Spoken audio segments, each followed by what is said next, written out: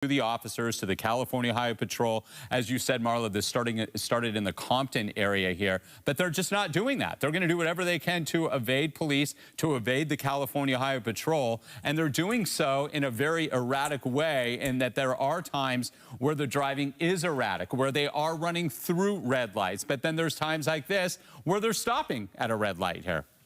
And you wonder, I know when watching from home, people say, well, why don't they just ram the vehicle? Why don't they bring this to an end? When they have everything that they do, they strategize, Rick. And it's important to point out that public safety Pulling to the right is number one, pulling to the right. Yep.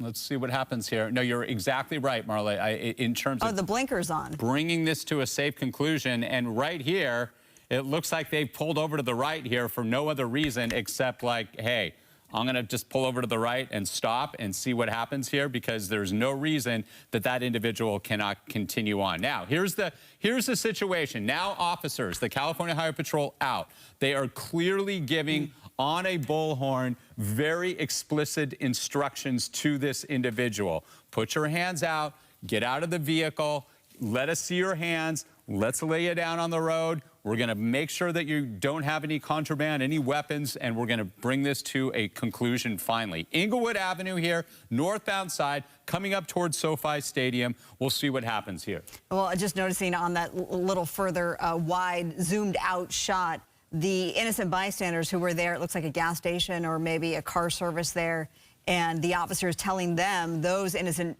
pedestrians, to stand back because you never know what's going to happen, as we wait to see if the driver is going to either roll down the window or get out of the vehicle. Because, Rick, to your point, that is protocol. If you're going to stop, you're going to get out, you're going to put your hands up, you're going to have your back to them, you're going to walk backward, and you will do exactly what these CHP officers direct you to do. And it's difficult because, as you can see, as I've mentioned a few times now, that there are tinted windows here in the vehicle, but it looks like that window's down, right? Yeah, it does look like the window's it looks like the window's down on the driver's side. It looks like some gestures from the hands there. It looks like a male, so it looks like a male driver. Backward. Yep, and communicating in some capacity to the officers, to the California Highway Patrol members behind him. Windshield wipers clipped on there, perhaps by accident. Unclear if there's anybody else in that vehicle. But what they have to assume, Marla, always, is that that individual is armed. They just have to assume that.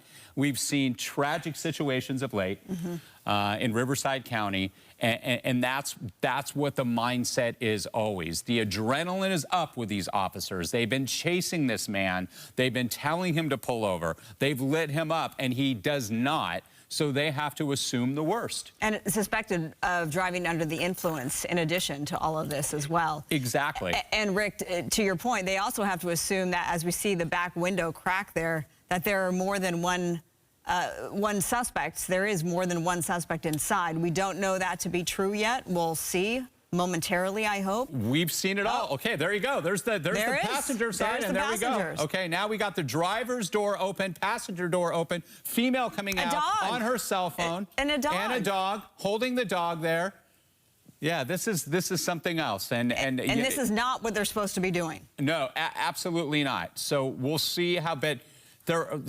Is that a French bulldog, by the way? It looks like it is. You're absolutely right there, Marla. And the situation is that very casual. You could see that the demeanor of the driver, a male driver, a female passenger, on her phone and holding, it looks like maybe another phone in her hand, something else. And that is a situation that the officers don't like to see, that it looks like two phones, one that she's speaking to, and the driver just acting very nonchalantly, right? Yeah, exactly. I mean, it's almost like they're saying, let us explain, as we bring in Christine Devine into our coverage now. And Christine, you've been watching this unfold, and you saw the erratic driving on the 405. Here we are now, basically in Hawthorne, and they get out like, hey, wait. Not only that, I'm watching this woman here on not one, but two different cell phones there. Look at her. This is not the behavior you want when it comes to compliance. Although you see law enforcement, they're working with them, yes, to try to get this to come to an end here. So it seems like there's some confusion, because I feel like officers would have handled this much differently.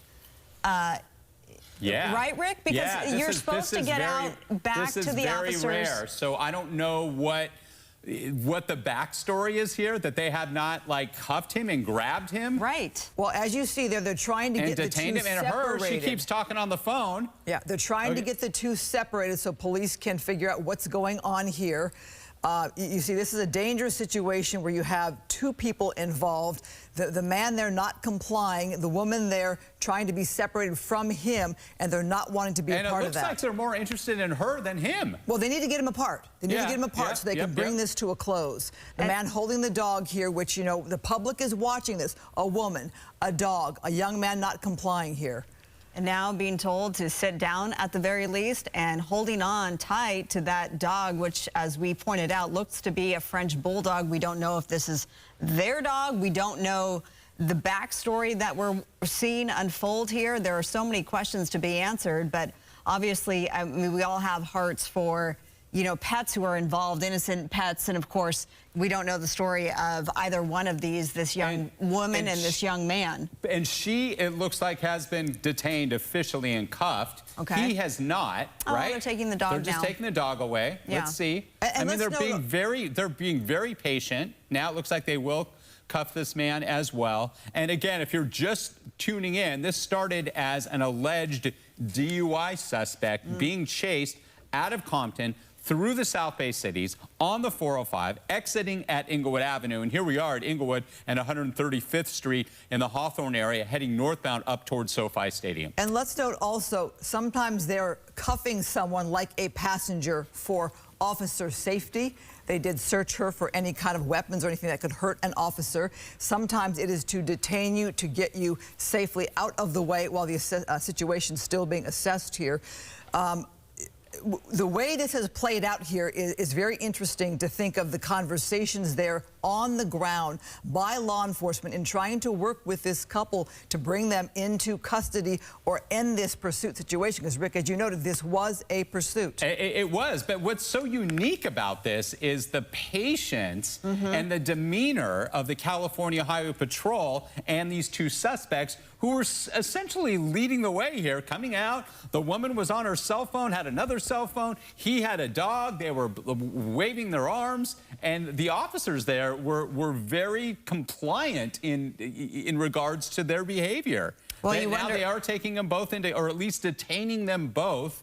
They've taken the dog and communicating with both of them, a male and female, in that sedan. It doesn't, we haven't seen from our vantage point if they completely cleared that vehicle and held up those four fingers, but it looks like that's what they're doing right now to make sure there's nothing else in that vehicle. And they throw those four fingers up, meaning code 4, all clear from the vehicle, and they have those two individuals in custody. A backstory here for sure that we do not know about, Marla and Christine.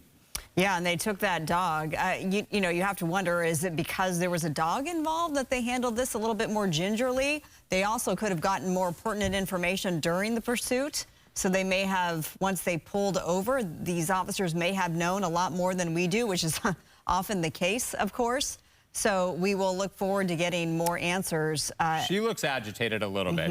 She was the more agitated when the female passenger, who was on her phone the whole time, even when they pulled over, and she got out of the vehicle, and the officers were trying to take both of them into custody, or at least detain them. Yeah, she was on two phones, and both were trying to get information or talk to the officers, explain something to the officers.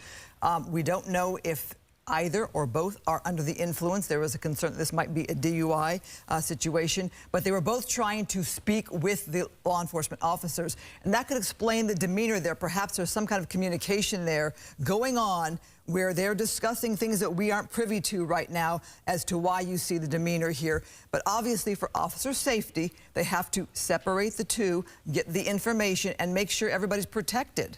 And we're still waiting for that code 4, which means that the scene is clear. I haven't seen them check the trunk because always, Rick, right? With protocol, That's right. they always need Absolutely. to check the trunk in a situation like this. And that vehicle with all those tinted windows, we just didn't know. We were guessing if there was another individual in the car, and sure enough, we saw that passenger door open up, and the female came out of that vehicle, and she's the one who, again, appears a little bit more agitated in the conversation. You could see her demeanor.